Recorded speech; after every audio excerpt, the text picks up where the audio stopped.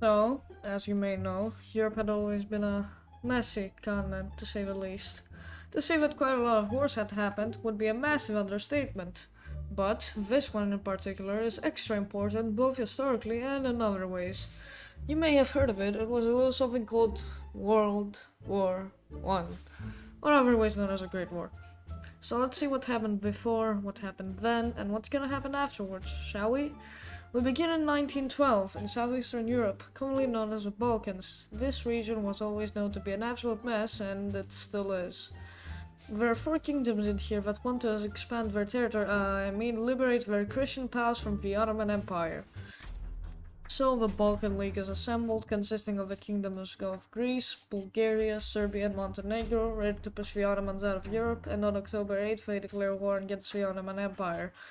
They made very quick and staggering progress, gradually pushing the Ottomans out of Europe, and by March 27, 1913, they had captured the entire territory, except Constantinople. Eventually, these borders were agreed upon. Although all four kingdoms made it off with a decent chunk of land, Bulgaria, the largest of the four, was not satisfied with its gains. So on June 29, 1913, Bulgaria declares war on its former allies, starting the Second Balkan War. The Ottomans join in too. Saying that this war went badly for Bulgaria would be an understatement. They lost most of their land on the Macedonian region and eastern Thrace to the Turks. Romania joined in and got some in Dobruja. The Treaty of Bucharest was signed on August 10, 1913, and this is what the Balkans look like now. For a couple of months after this, there was relative peace in Europe. That is until a Bosnian Serb nationalist by the name Gabriel Princip assassinates Archduke Franz Ferdinand of Austria, who was driving around Sarajevo in an open-top car. Austria-Hungary is understandably freaking furious about this, and a month later, war breaks out between Austria-Hungary and the Kingdom of Serbia. Then, Russia declares war on Austria-Hungary because they're friends with Serbia. Then, Germany declares war on Russia because they're friends with Austria-Hungary. Afterwards, France declares war on Germany, who declared war on Russia, who declared war on Austria-Hungary, who declared war on Serbia. And Britain, well, they decide to stay out. For now.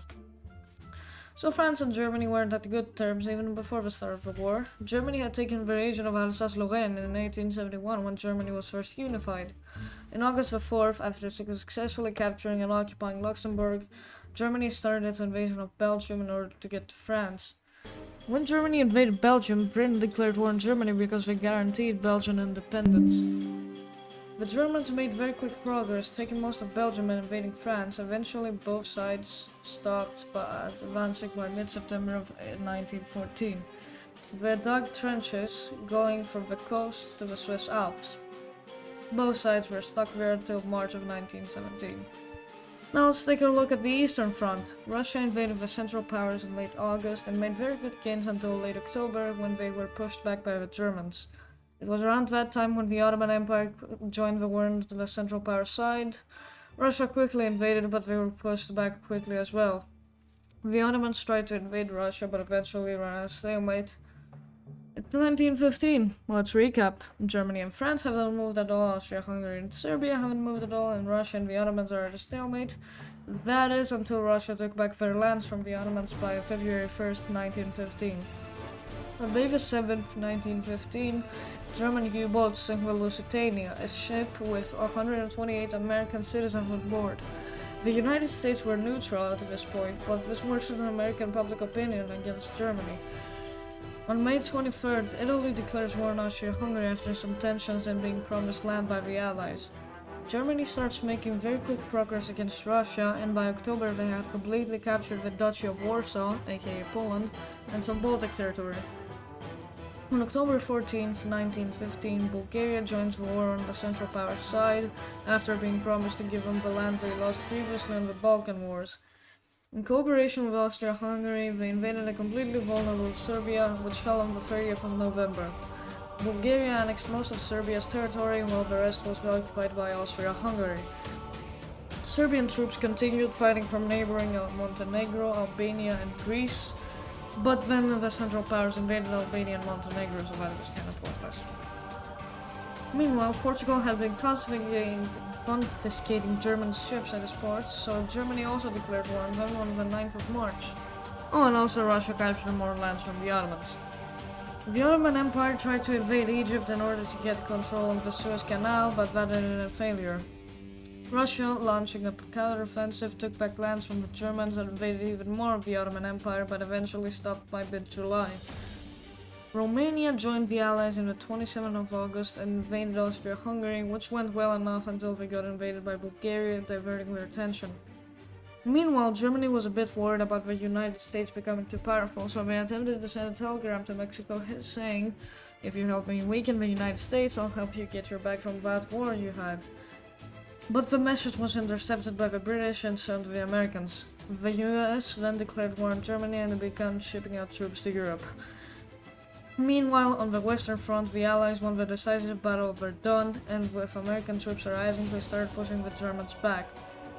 On the 3rd of July, Greece joins the war on the Allied side, and fast forward to November of 1917, Russia has a communist revolution. And when the Bolsheviks seize power, they sign an armistice with Germany. In the Treaty of Brest-Litovsk, Russia is forced to give up Finland, Poland, Belarus, Ukraine, Estonia, Livonia, Lithuania, Georgia, Armenia, and Azerbaijan. The Central Powers quickly rush in to occupy the surrendered territories. Now, it may just seem to you like the Central Powers are going to win after capitulating a giant not even a minute ago, but you'd be wrong. The Allies pushed back the Central Powers on all fronts.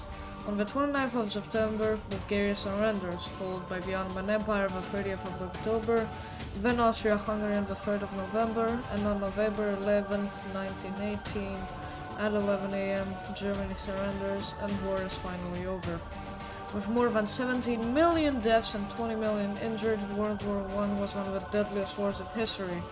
Now let's look at the losses of the Central Powers. Austria-Hungary is completely dissolved. Transylvania is given to Romania, Czechoslovakia gains independence, Italy gains a region which are populated by mostly Italians, and Austria-Hungary's Polish land is of course given to Poland. Serbia and Montenegro unite and annex former Austro-Hungarian lands inhabited by South Slavs to create the Kingdom of Yugoslavia. Lastly, Austria and Hungary are now two separate entities. Germany loses its colonies in Africa and Asia.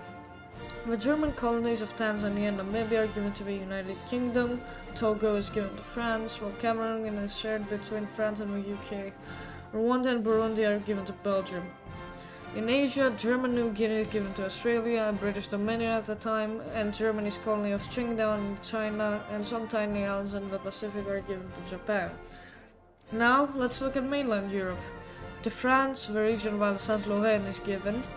Their land, inhabited mostly by Poles, is given to Poland, which also obtains access to the sea via the Polish corridor. Denmark is given northern Schleswig, besides not doing much during the war. And finally, the city of Danzig near East Prussia is given independence to form the Free Republic of Danzig. As for the Ottoman Empire, it is also dismantled, with Palestine, Jordan, Iraq and Kuwait given to Britain, and Lebanon and Syria given to France. Bulgaria cedes western Thrace to Greece. Germany is forced to pay 132 billion marks as reparations. Finally, the League of Nations is formed, tasked with keeping peace in the world. Yeah, that didn't go too well. The European continent lies devastated after such a long war. And it won't be too long until a short man way out of his mind with a funny mustache tries to take over the world. Until then, enjoy this clean map of Europe. It's gonna get way, way messier. Thank you very much for watching. I'll see you in the next one. Bye!